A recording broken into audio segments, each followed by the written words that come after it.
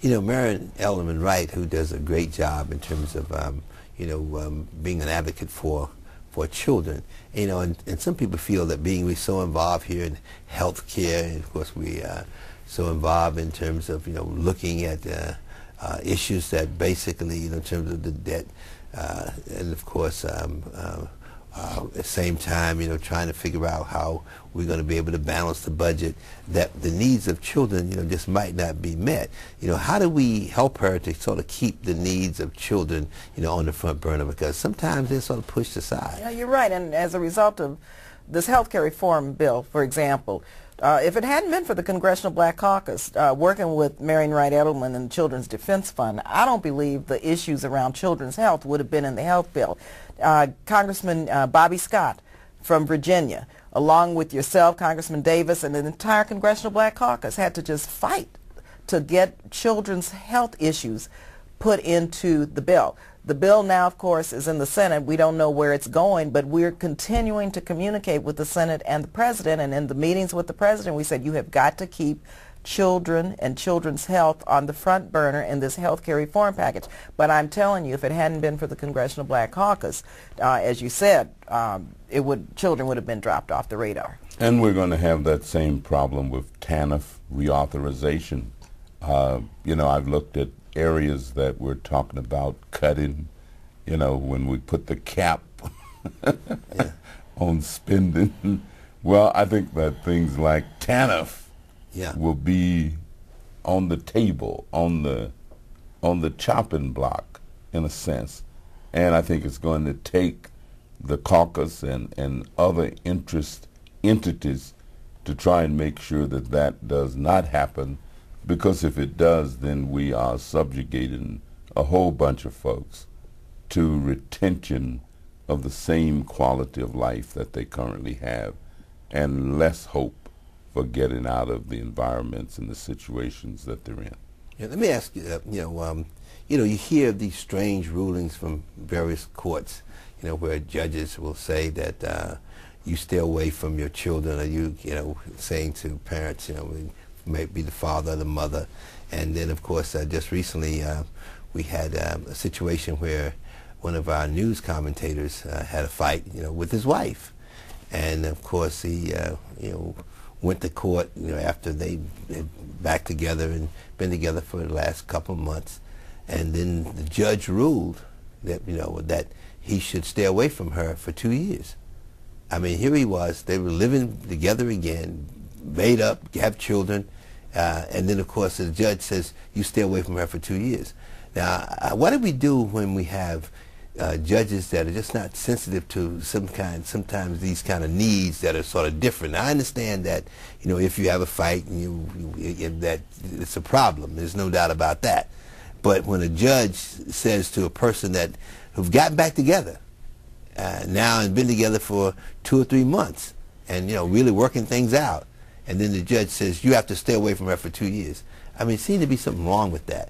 And also stay away from your children. There's a situation where they've been, where rulings have come where you stay away from your children. And I just think that those kind of rulings, judges need to be a little more sensitive to the real problems that the person is being confronted with. You won't get an argument here. I mean, as one who has worked as a counselor, as a psychologist, and has had direct contact with families and with people as they try and work through their problems, I certainly think that you have to display as much sensitivity. I mean, you got to be wise. You got to know what you're doing, but you also need to display as much sensitivity towards trying to keep that family unit together. I mean, that if you can do that, we've got so many children in foster care. We've got so many children who live in situations where they just don't have the human contact that all of us can recall at some point, and how good it felt to have it. I mean, I used to get sick when I was a kid, and my mother could put her hand on my head, and I'd get well. Yeah. If I did not feel like it. Yeah. Yeah. Ed, let me just say, carried the Violence Against Women Act in state California. I'm death on domestic violence. But I'm going to tell you, I think some of these judges really don't quite get it in some of their decisions, because, you know, you need to have psychologists, psychiatric social workers. You need a team to really help a judge understand the total context of any given situation, and hopefully develop a reconciliation process out of that court decision. And I don't think that the judicial system quite understands how to address in a way that makes sense for women, men, and children domestic violence. And I think we have to be tough on domestic violence, but I also think we have to understand it in a total context and know the type of decisions that are going to help the man, the woman, and the children move out of that situation and become whole again. Right. Let me ask you before we close out, Haiti. What is the Congressional Black Caucus doing to assist? Well, Haiti has been on the radar of the Congressional Black Caucus for 40 years. I mean, members of Congress, yourself, of course, you know Haiti very well with your Haitian American community. Congressman Danny Davis, long history with Chicago and Haiti in terms of the historical context of the United States. Myself, every member of the Congressional Black Caucus knows Haiti well. Especially Maxine Waters just actually returned from Haiti, Congresswoman Clark, Congressman Rangel. Entire caucus, John Conyers has led several codales to Haiti over the years. And what has happened has been really very tragic. On top of the fact that Haiti and the people of Haiti have been exploited and colonized, you have natural disasters that have occurred, hurricanes, and now this devastating earthquake. Our government needs to get on the right side of history with Haiti, which it has not been in the past.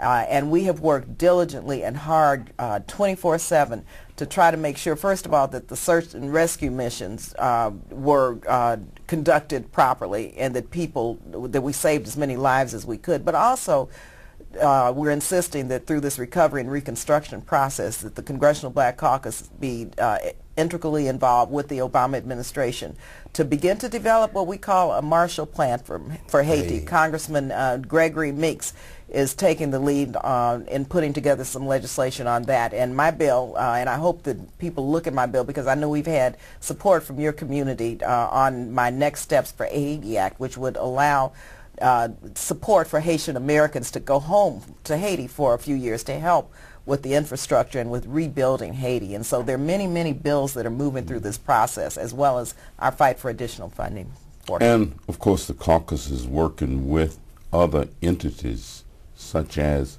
churches, not-for-profits. I mean, I have been just thrilled at what African-American churches, I mean, all churches, and there's nothing wrong with putting a focus in certain places, but churches are doing an outstanding job of providing what relief they can. And thank you, and thank the two of you for the outstanding job that you're doing. And we look forward to your coming to Brooklyn in February. This is actually February the 15th, isn't it? And of course, we look forward to that, because Brooklyn is the place to be. There's a lot of black history in Brooklyn. And the home of my mentor, Shirley Chisholm. That's exactly right. No doubt about it. Yeah.